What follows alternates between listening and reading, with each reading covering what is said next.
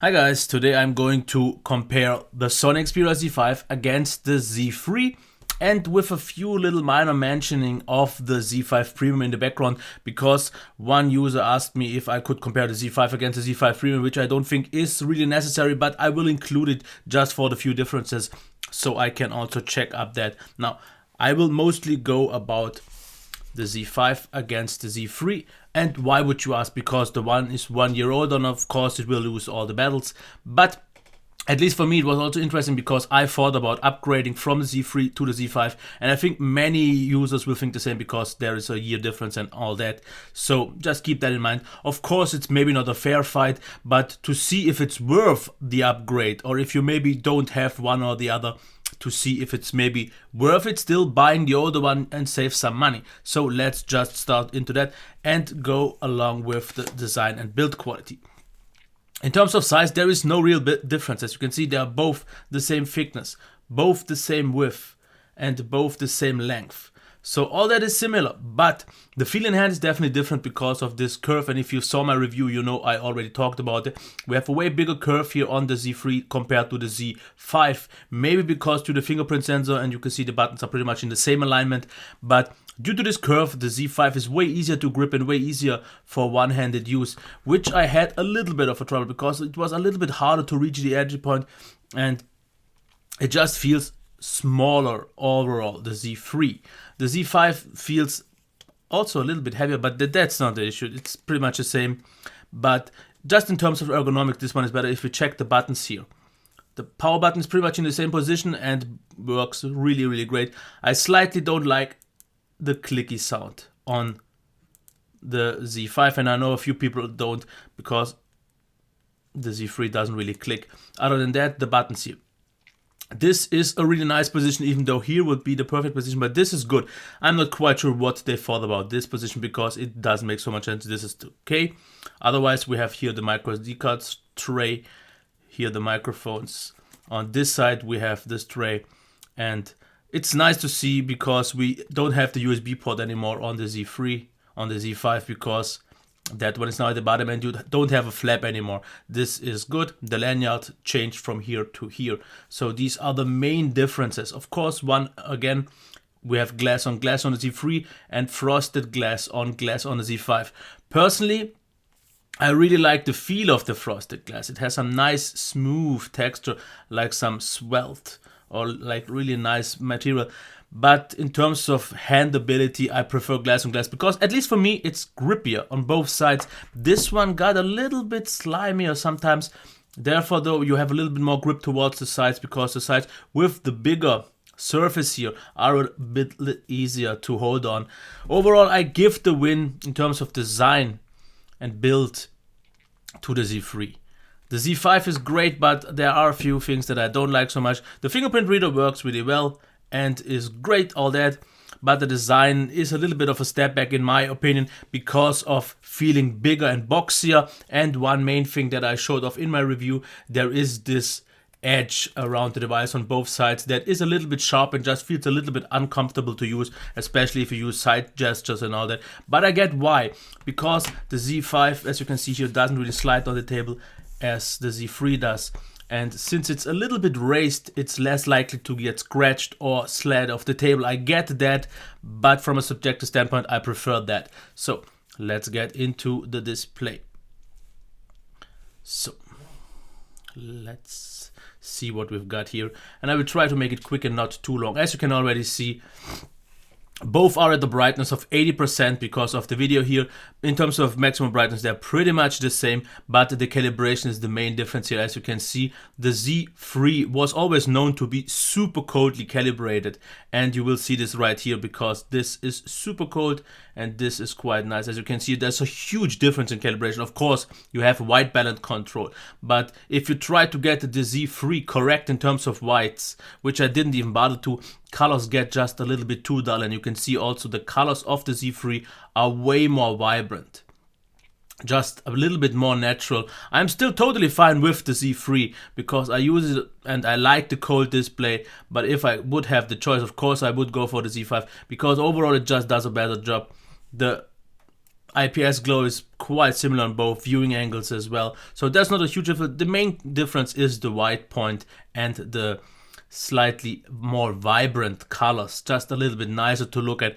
It's still a good display, but this one is just better. Sharpness is great on both.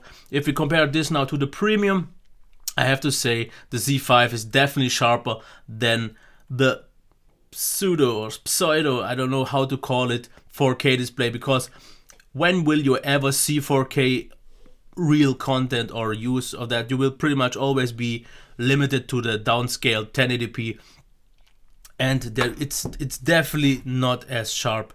And I could try to show this off, but I don't really even bother to, because what's happening?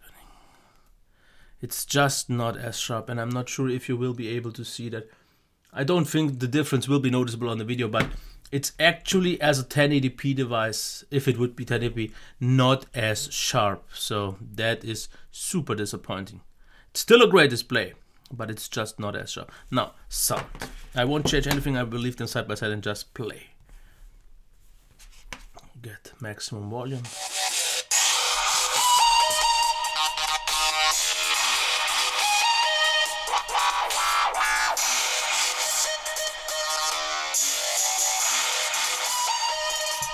Let's try the same here.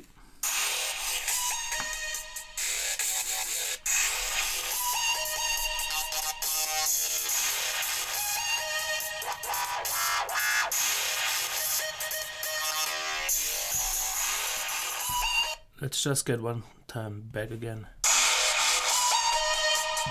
I think it's quite obvious the Z5 is a lot louder, and this is already actually the Z3 with a sound mod, because I have to agree, I have to admit, I have a custom ROM on the Z3 because it's my daily driver. Without the mod, it was even less loud and just not good at this distort. So of course the sound is way better on the Z5. And actually the speakers on the Z3 before the Lollipop update were a lot better. But that's just not the case anymore. These days it's super low on volume and it tends to distort, so I'm not quite sure why they diminished the sound so much, but it's a clear win here for the Z5 once again in terms of sound. Now, what about the performance? And I will try to make it kind of even, but it will be hard to. As you can see, there is some minor, the Z3 has a little bit trouble right now. But as you can see, it's still performing okay, it's still not bad. There is some minor micro stutters, but if you check here the Z5, absolutely buttery smooth, and I think only the IPS display is actually holding it back, because I think it could look even smoother if it would be an AMOLED, but as you can see there is some slight motion blur and all that, but that is super smooth. The Z3 though isn't bad either. Let's check Chrome. Here the same article. As you can see also the white here is the difference, because now that's just a huge difference. You can see here browsing with the Z5. Absolutely super nice. But as you can see here also super smooth and nice. So the browsing experience is still top notch on the Z3 as well. So no issues here. As you can see here, Palabra, super smooth. But once it would load, I could show it off on the Z3. Come on. Come on. I'm uploading a video, so it could be a little bit bothered by the slower internet. Okay, let's just forget that and try Google+. And here you can see there is still some minor lag here, but that's a Google Plus issue. Not much the phone can do. And here on the Z3, there is a lot more lag, but it's still a nice performance in terms of gaming performance, actually quite close. The Z5 maybe did a little bit better. So Z5, really great performance, but the Z3 being more than 1 year old, still top notch, still really good. Of course, not on the same level, but not really much to hide of. Now, battery life. Here is the main difference about these two devices. Charging time, here even with quick charge 2.0, I still had 1 hour and 55, but the Z3 needs 3 hours. But the battery life is the main issue, or the main difference.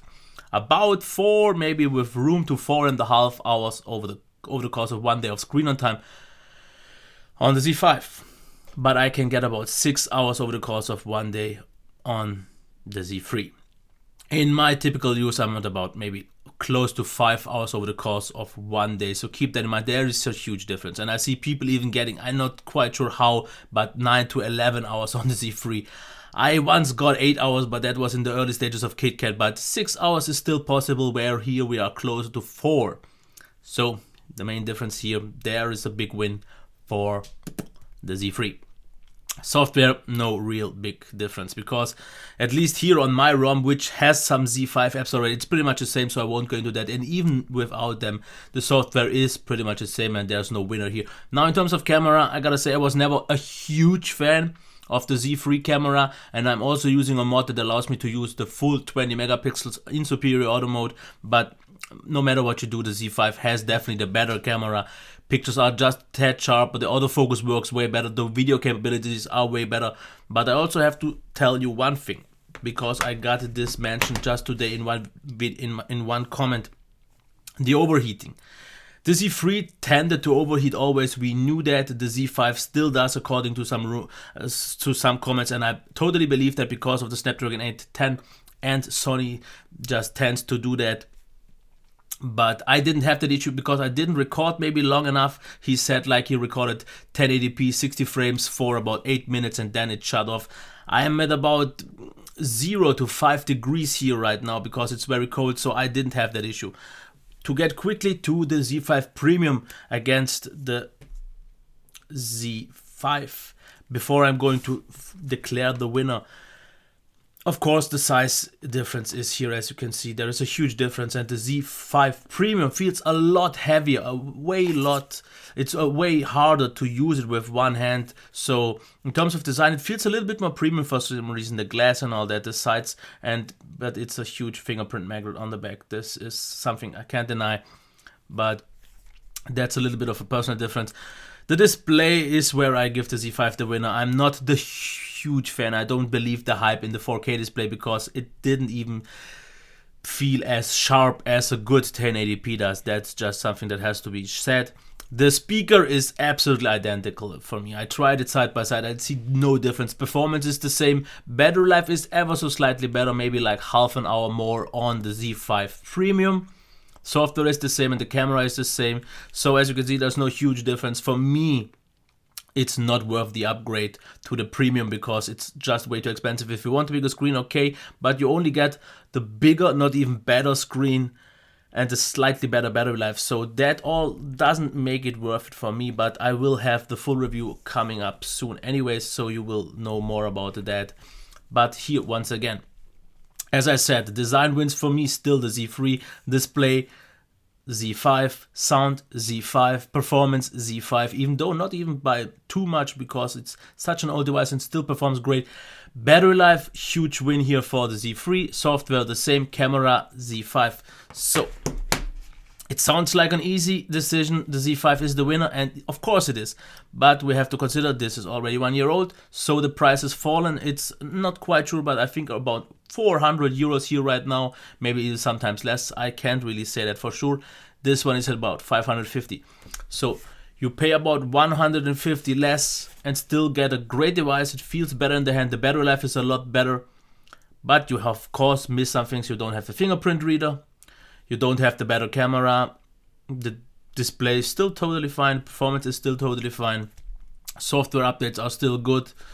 So make of that what you want. I hope this helped you, and I hope I was objective enough. Of course, just from a personal standpoint, I'm going to say that if I would already have the Z3, I would not upgrade to the Z5. Even though it is better in almost anything, it's just not enough for me to make it worth upgrading. I would lose too much money selling that and buying this. If I would have to pay maybe like 50 additional, I would maybe change, but I'm not quite sure because I just prefer the feel in hand so much more, and I still appreciate the huge battery life here. I would prefer a better display, I would prefer a better sound, but that's pretty much it. I don't need the camera so much, so I'm okay with that. If I wouldn't have either one, I still think it's the safer choice to go for the Z5. But if you want to save the money and still want a solid device, and maybe if you get it on a great deal, the Z3 still after about 1.5 years after its release is still a more than solid buy. Now the Z5, like I said, I don't think it's worth the upgrade from the Z5, or if you want to choose either one, because the benefits you get are too small. You get a bigger screen, but therefore have a more unwieldy and bigger, harder to use device. It feels a little bit more premium, which is not big enough. The speakers are the same, the performance is the same, the camera is the same, battery life is just ever so slightly better, let's say half an hour.